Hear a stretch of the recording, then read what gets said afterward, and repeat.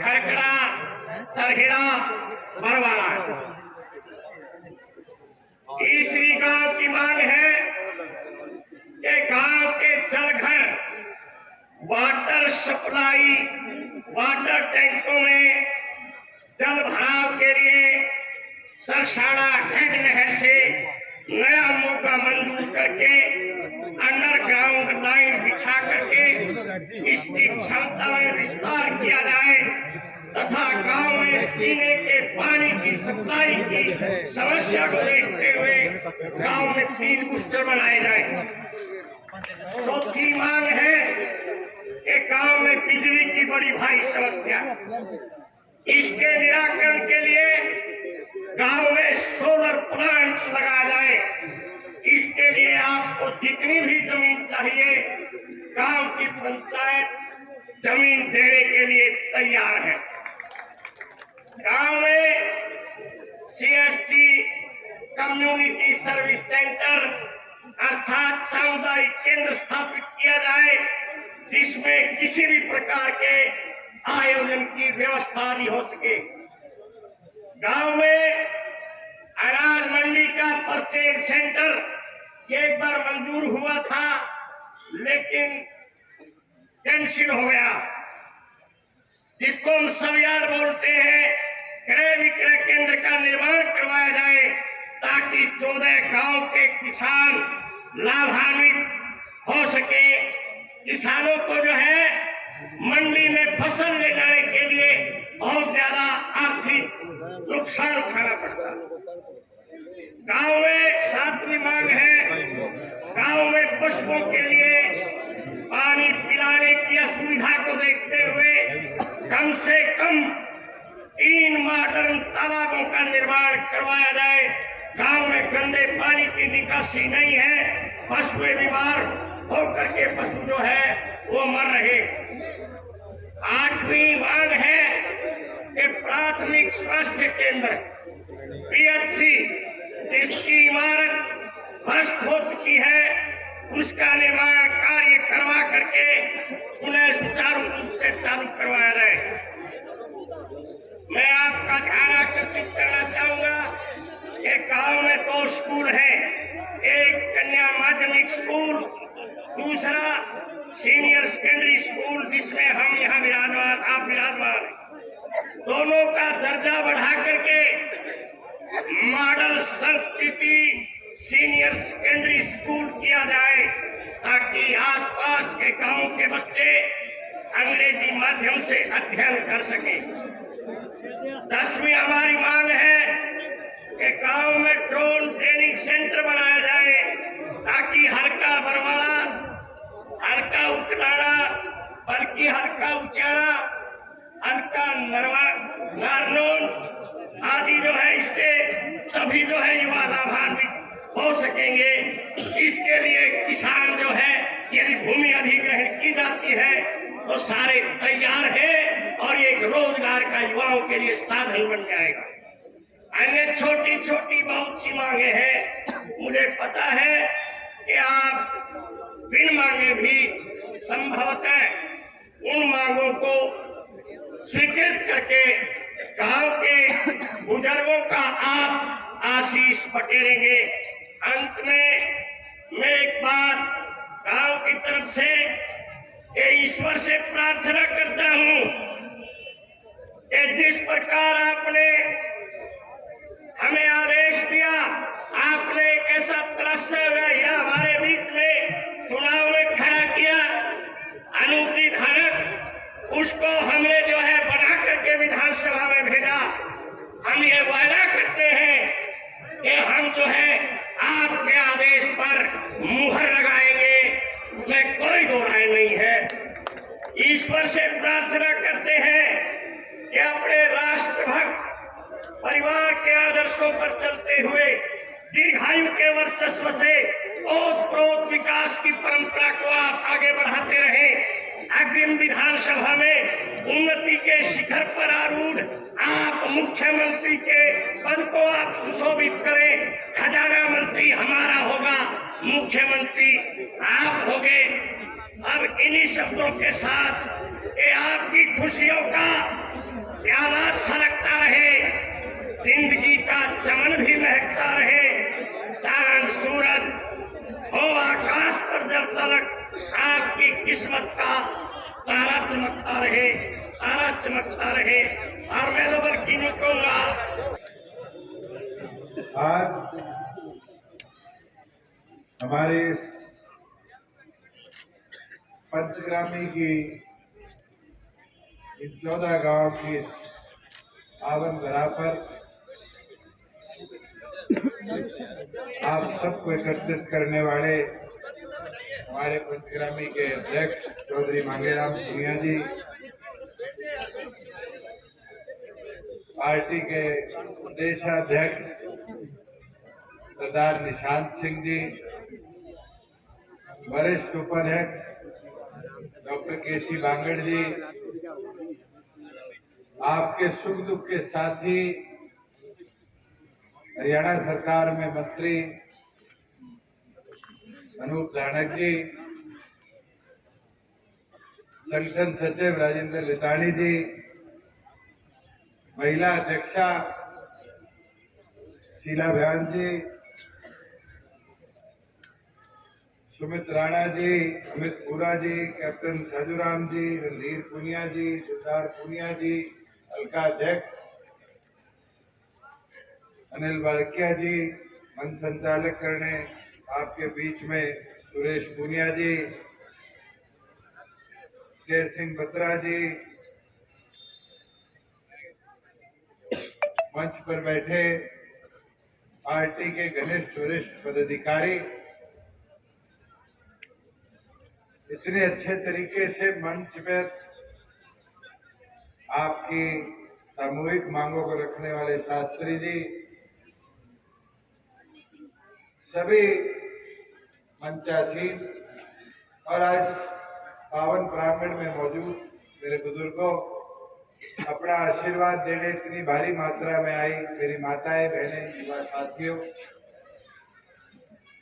हमारे गायक साथीगण और पत्रकार छायाकार साथियों, मैं पहले तो आपका आभार प्रकट करता हूं, धन्यवाद करता हूं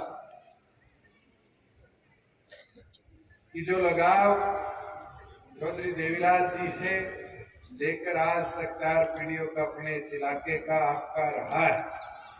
आज भी जिस तरीके से युवा साथियों ने ट्रैक्टर पे स्वागत किया और यहाँ तक जोर शोर से लाने का काम किया, और आप भी इतनी बड़ी तादाद में अपना आशीर्वाद देने पहुंचे, मैं सदैव आपका आभारी हूँ, धन्यवादी हूँ।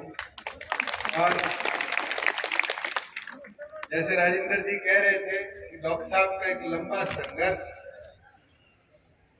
परसों 9 साल 1 महीने और 24 दिन बाद समाप्त हुआ।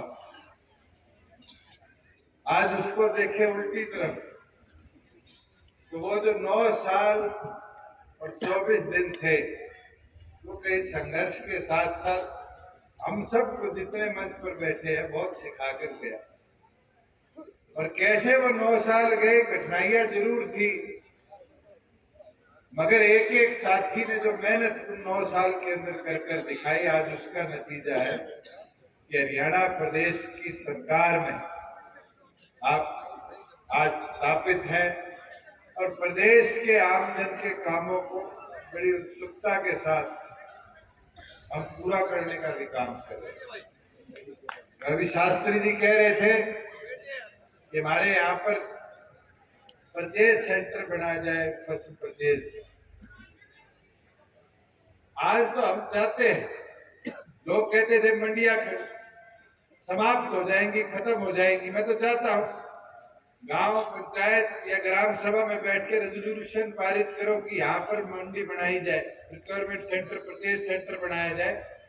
तो प्राथमिक तौर पे हमारी सरकार का लक्ष्य है कि हम परचेज सेंटर बनाने का काम करें, और आपका गांव देता है तो मैं अगले 15 दिन के अंदर मंजूरी दिलाकर सरसों की गेहूं की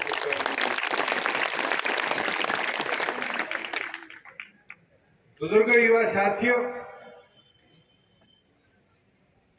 जब मैं ट्रैक्टर पे बैठा तो मैं अनूप जी को हंस रहा था, साथ बैठे थे। मैं क्या टेस्ट लेने के लिए बिठाया है क्या कि 1 साल में ट्रैक्टर चला सकता हूँ, नहीं चला सकता। मैं तो एक चीज बोल सकता, जो हमारी जड़ें हैं, आज उसका सम्मान भी और उसका उद्धार हमारा लक्ष्य है। और किसानी को पिछले 2 साल में जितनी ताकत मिली, जरूर इस बार खाद की एक दिक्कत आई, तो वो दिक्कत कोई प्रदेश सरकार की वजह से नहीं, केंद्र को विदेशों से जो डीएपी और यूरिया आना था उसकी कमी रही। उसके बावजूद भी हमारा प्रयास रहा दिन रात एक कर कि हम तमाम किसानों तक जितनी समय पर उसकी डिमांड थी उतनी यूरिया डीएपी को। पर उसके सिवाय 2 साल में कोई ऐसा किसान नहीं है जो अपनी फसल मंडी लेके गया हो और उसको 2 रात 1 रात मंडी के अंदर अपनी फसल पे सोना पड़ा। जिस दिन गया, जिस दिन उसको मैसेज गया और जितनी फसल लेकर गया, तो सारी फसल को सरकार ने एमएसपी पे खरीदने का काम। सरसों की बात है, मैं तो आपको खुशी के साथ कह सकता हूं कि पिछली बार से इस बार अभी तक मेरे पास 12 नई मंडियों की डिमांड है। मैंने 12 की 12 नई मंडियों को मंजूर करने का काम। और आगे आने वाले दिनों में जहां जहां से डिमांड आएगी उन मंडियों के अंदर भी सरसों के परचेज सेंटर हम बनाने का काम। मैं तो एक आपको जरूर बात कहना चाहूंगा कि हमारा लक्ष्य है किसान समृद्धि, और उसके लिए पहला कदम जो हमने उठाया था जब राज बनी और पहली मीटिंग मैंने करी, वो ये कदम था कि किसान के खाते में पैसा कैसे पहुंचाया जाए। बहुत से लोग विरोध करते थे, मैं तो कई बार उचाना देता हूं, मेरे खिलाफ पीपे पीटे सब यात्रा निकाली, मगर रुके नहीं। किसान के खाते में पैसा डालने का प्रयास पहली बार किया, दूसरी बार हम पूरी तौर पर कामयाब रहे, और पिछली बार तो ऐसा प्रावधान बना दिया कि अगर किसान मंडी से अपना फसल उठवाकर गोदाम की तरफ भेजता है तो 4 घंटे में आई फॉर्म और जे फॉर्म के बीच में 4 घंटे लगते थे, पैसा किसान के खाते में पूरा का पूरा ट्रांसफर। और आगे आगे इसको और सुधारने का काम करेंगे। जितनी आज टेक्नोलॉजी की मदद सहयोग मिल रहा है, इसका उद्धार भी है। जहां डीसी रेट की बात आती थी, जहां चले जाओ, जहां बैठ जाओ, सारे रोया करते थे जी DC rate, DC rate, DC rate. और तो और ठेकेदार की तो ऐसा रोना होता था कि ठेकेदार पैसे मांगा करता था नौकरी लगाने। ये हमारा सपना था कि हरियाणा प्रदेश में युवा को सरकारी क्षेत्र में भी अगर नौकरी की जरूरत है तो एक सेंट्रलाइज पोर्टल बनाया जाए। और हमने 2 महीने से कौशल रोजगार निगम के माध्यम से जो पहले लगे हुए थे उनको, जिनके पास वर्क एक्सपीरियंस है, उनको रजिस्टर कराने का काम किया। और अगले 1-1.5 महीने के अंदर तमाम युवा साथी जो आज रोजगार की ओर देखते हैं, उनके भी पोर्टल पर हम रिज्यूमे अपडेट कराकर जो ये सरकार की कॉन्ट्रैक्चुअल 1-1 साल, 6-6 महीने, 3-3 महीनों की नौकरियां होती है, उसके लिए भी आवेदन लेने का काम। जहां ट्रेनिंग की बात, मुझे खुशी हुई पिछले 2 साल में बहुत जगह जाने को मिला। आपका दूसरा गांव है जिसने ये मांग करी कि गांव जमीन उपलब्ध कराएगा, क्योंकि कॉलेज तो बरवाड़ा भी है, आगे खेड़ी चौकटा भी है, इधर उचाना भी है। उस सारी चीजों को देखते हुए कि हमारे यहाँ इंडस्ट्रियल ट्रेनिंग इंस्टीट्यूट ITI बनाया जाए, और ये वादा मैं करता हूँ कि गांव आप उपलब्ध कराओ, ITI बनाने का काम मेरा है।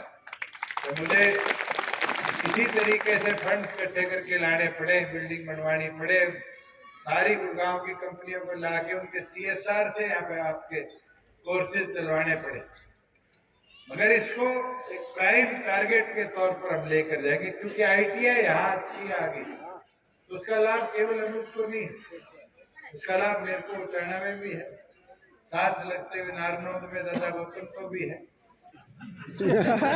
और तो और इधर बरवाड़ा में जोगीराम जी को। तो चौतरफा उसका लाभ हमें मिलेगा। बुजुर्गों, युवा साथियों, मैं तो आपको ये विश्वास दिला सकता हूँ, अभी मैं देख रहा था छोटी छोटी पर्ची, जावे एक ले आवे, जावे एक ले आवे, सब है कि कार्ड बनवा दो, नाली बनवा दो।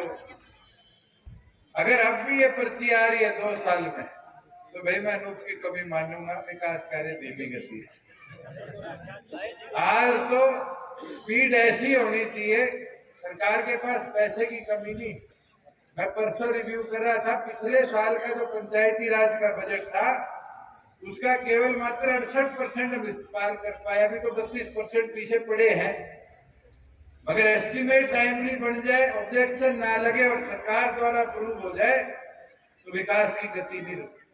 और मैं तो चाहूंगा ये युवा फौज जितनी है हमारी, बुजुर्गों का काम नहीं है गली का एस्टिमेट बनवाओ, अपना जेई पकड़ो, वीडियो पकड़ो, कोई दिक्कत आए तो अनूप जी को बताओ। मगर जो मूलभूत सुविधाओं के काम है गांव, उनके एस्टिमेट प्रायोरिटी पे लाकर देने का काम है। और अगर टाइमली ले आओगे और साल 2022-23 का शुरू होने वाला है 1 अप्रैल, उस समय ले आओगे तो मुझे नहीं लगता कि बारिशों से पहले हमारे यहाँ ड्रेन की कोई कमी रहे। एक चीज मुझे गांव के मांग पत्र की सबसे अच्छी लगी कि हमारे यहाँ तालाब बहुत गंदे हो गए। मैं कल परसों बुढ़ैन गया था और बुढ़ैन के अंदर एक तालाब है गांव के बीच में, उसको पहले कहते थे कैंसर का तालाब, तो पुराना नाम होगा। मगर आज उस तालाब की ऐसी हालत है कि सारे गांव ने कैंसर की जगह उस पर बोर्ड लगा दिया और लिख दिया कैंसर का तालाब, क्योंकि बीमारियों का घर वो तालाब बन गया। और हर गांव में लगभग 1-1, 2-2 तालाब ऐसे हैं जिसमें पशु भी नहीं जाते। और मैंने 600 करोड़ रुपए HRDF से अब पंचायती राज और पौंड अथॉरिटी को दिए हैं, जिसके अंदर पहले फेज में 3500 गांव और दूसरे फेज में फिर 3500 गांव, लगभग 7000 गांव है और लगभग 14000 तालाब हरियाणा प्रदेश में है। 2 वर्ष के अंदर हरियाणा प्रदेश के तमाम तालाबों को नई टेक्नोलॉजी के साथ जोड़कर खुदाई भी करवाएंगे, उनकी सफाई भी करवाएंगे, उनको स्वरूप ऐसा देंगे जिससे नहरी पानी से उसमें साफ पानी आता रहे और गंदा पानी जो है वो समय अनुसार चाहे खेती के प्रयोग में मिक्स कर ले, उसका उपयोग किसान करता रहे। बुजुर्गों, युवा साथियों, जब नौकरी की बात, आज प्राइवेट सेक्टर के अंदर अपने इलाके के लोग जाना नहीं चाहते और ये तो जीता जागता उदाहरण है। एक साथी मेरे पास है, मैंने कहा कितनी नौकरी करनी है जेई की, कहता जी 12,000 में जेई लगवा दी। मैंने उसको गुड़गांव में 18,000 में जेई लगवा दिया, 3 दिन में छोड़ के आ गया। ये मानसिकता भी बदलनी पड़ेगी। आज हम सबको मिलकर, चाहे प्राइवेट सेक्टर में अच्छे रोजगार है उसकी ओर जाना पड़ेगा। और उसका गुड़गांव ना जाने का भी एक कारण है, माहौल बदलता है, लोग बदलते हैं, खर्चे ज्यादा है। मगर एक चीज अपने इस इलाके के लिए भी बड़ी अच्छी आने वाले समय में होने वाली है, वो है हिसार का एविएशन हब। और जैसे ही रनवे का काम शुरू होगा, आप देखना किस तरीके से, किस गति से, जैसे एक समय जिंदल आया था और छोटे छोटे उद्योग जिंदल के साथ जुड़कर हिसार को एक इंडस्ट्रियल सिटी बना गए थे। ये जैसे एयरपोर्ट का रनवे का काम खत्म हो जाएगा, ये एक गति और हम पकड़ने का काम करेंगे कि आपके यहाँ पर बड़े उद्योग लगवाकर हिसार की तरफ नहीं, उसकी गुड़गांव की तरफ नहीं, बल्कि हिसार की ओर अपने रोजगार के अवसर को पैदा करने का काम करें। जहाँ एक बड़ी डिमांड अब हर रोज आने लगी मेरे पास, और मुझे अच्छा लगा, गांव के प्रिंसिपल ने मिलके सारे स्टाफ के साथ और बच्चों के साथ सलाह करके एक डिमांड भेजी है। अभी मैं नोखा जाके आया था और वहां बड़े चोई साहब के नाम पे हमने एक मॉडल लाइब्रेरी बनाने का काम किया। और वो ऐसी लाइब्रेरी है कि गांव के और आसपास के गांव के रिटायर्ड प्रिंसिपल, टीचर, प्रोफेसर अब 1-1, 2-2 घंटे दिन का वहां बच्चों को पढ़ाने के लिए देने लगे।